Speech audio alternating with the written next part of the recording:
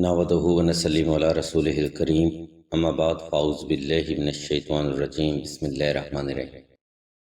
السلام علیکم ناظرین، ایس کے بی روحانی پروگرام میں ہوں آپ کا ہوسٹ رنا ظفر حسین۔ ناظرین، اللہ تبارک و تعالیٰ کی ذات مبارکہ نے ہر وقت میں اس کی نسبت اور حقیقت کے معیار پر کچھ حقائق کو پوشیدہ رکھا ہوتا ہے۔ جس طرح سے ناظرین رجب کی نسبت بلائی سے ملتی ہے، رمضان المبارک کی نسبت پیارے آقا صلی اللہ علیہ وسلم کی ذات مبارکہ سے ملتی ہے، اور رمضان کی نسبت اللہ کی ذات مبارکہ سے ملتی ہے۔ بالکل اسی طرح ذی الحج اور ماہ محرم کی مقدس نسبت قربانی سے ملتی ہے، اور انہی دو مقدس قربانیوں کی نسبت سے آج دین حق ہمارے پاس صحیح اور جامع حالت میں موجود ہے۔ کہنے سے مراد ناظرین یہ ہے کہ جب بندہ اپنا سب کچھ اللہ کی رضا کے لیے قربان کر دیتا ہے تو پھر اللہ کی ذات مبارکہ بھی اس عمل کو پسند فرماتے ہوئے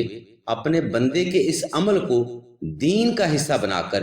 رہتی دنیا تک اس عمل کو زندہ کر دیتے ہیں۔ ناظرین ہم ویڈیو کا باقاعدہ آغاز سورہ فاتحہ کی تلاوت سے کرتے ہیں تاکہ آج کا موضوع سمجھنے میں آپ کو آسانی رہے۔ ناظرین سورہ فاتحہ میں بیان ہے کہ الحمدللہ رب العالمین الرحمن الرحیم مالک یوم الدین ایاک نعبد و ایاک نستعین اہدنا الصراط المستقیم صراط الذین انعمت علیہم غیر المغضوب علیہم ولا الضالین۔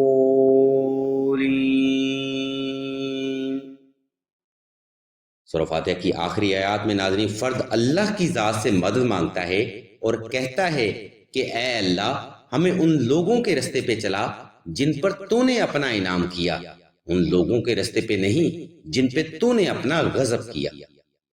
کہنے سے مراد ناظرین یہ ہے کہ حسین کا رستہ ہی صراط مستقیم ہے، حسین کا رستہ ہی اللہ سے ملاتا ہے، حسین کا رستہ ہی اللہ سے محبت ہے، حسین کا رستہ ہی دین ہے، اور حسین کا رستہ ہی مکمل ضابطہ حیات ہے،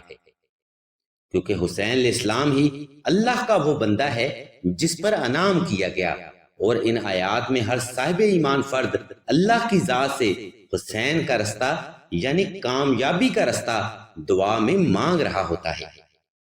ناظرین اہل علم فرماتے ہیں کہ محرم شریف کا چاند اس مقدس وقت کی شروعات کو ظاہر کرتا ہے جس میں اللہ کی ذات مبارکہ نے حق کو باطل سے الگ کیا، خیر کو شر سے الگ کیا، اور صحت کو نحس سے الگ کیا۔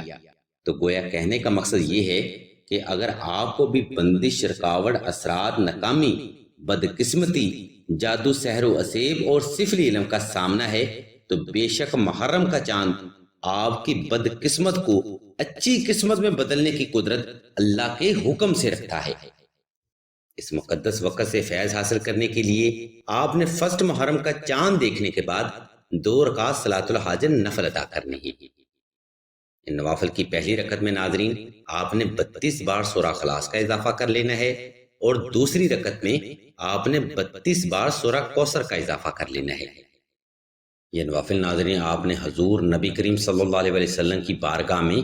تحفۃً ہدیۃً پیش کرنے ہیں۔ ان نوافل کو ادا کرنے کے بعد آپ نے یکم محرم کو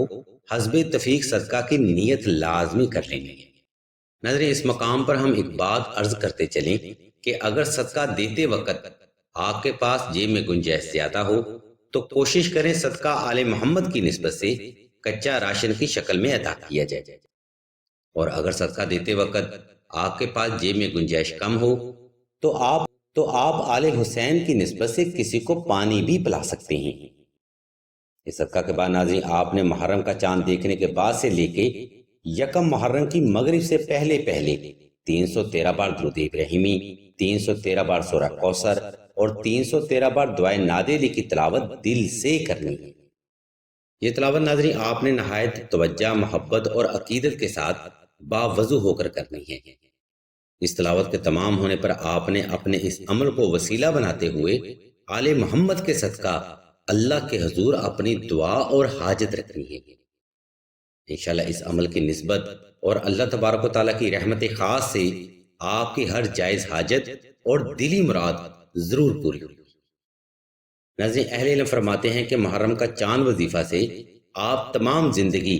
ہر قسم کے قرض، مرض، غربت و افلاس، تنگ دستی، رزق کی کمی، رزق کی بندش، کاروباری ناکامی، رشتہ اور شادی کی بندش، اولاد کی بندش، فوبیا ہسٹیریا اور اٹھرا، جادو سحر و سیب اور آفات و بلیات سے تا زندگی کے لیے محفوظ ہو جائیں۔ ناظرین، یہ وظیفہ یکم محرم کے چاند کا ہے، لیکن افضل عمل یہ ہے کہ آپ اس عمل کو محرم کا پہلا عشرہ مکمل عقیدت اور محبت کے ساتھ جاری رکھیں۔ ناظرین، ہم امید کرتے ہیں کہ آج کا روحانی پروگرام آپ کو حصول علم اور حصول محبت کے لیے پسند آیا ہوگا۔ اگر آپ کو مزید ایسے روحانی اور علمی پروگرام درکار ہوں تو ہمارے اس چینل آن لائن استخارہ آن فون کو سبسکرائب کر کے گھنٹی کے آئیکن کو پریس کر دیں اور آل کے آپشن کو بھی لازمی دبا دیں تاکہ حصول علم کے لیے آپ سے کوئی بھی علمی پروگرام مس نہ ہو سکے۔ اللہ تبارک و تعالیٰ کے حضور دعا کرتے ہیں کہ تمام مسلمانوں کو اپنے حفظ و ایمان میں رکھیں اور تمام مسلمانوں کی تمام نیک اور جائز حاجات کو آل محمد کے صدقہ جلد پورا فرمائیں۔ آمین ثم آمین یا رب العالمین۔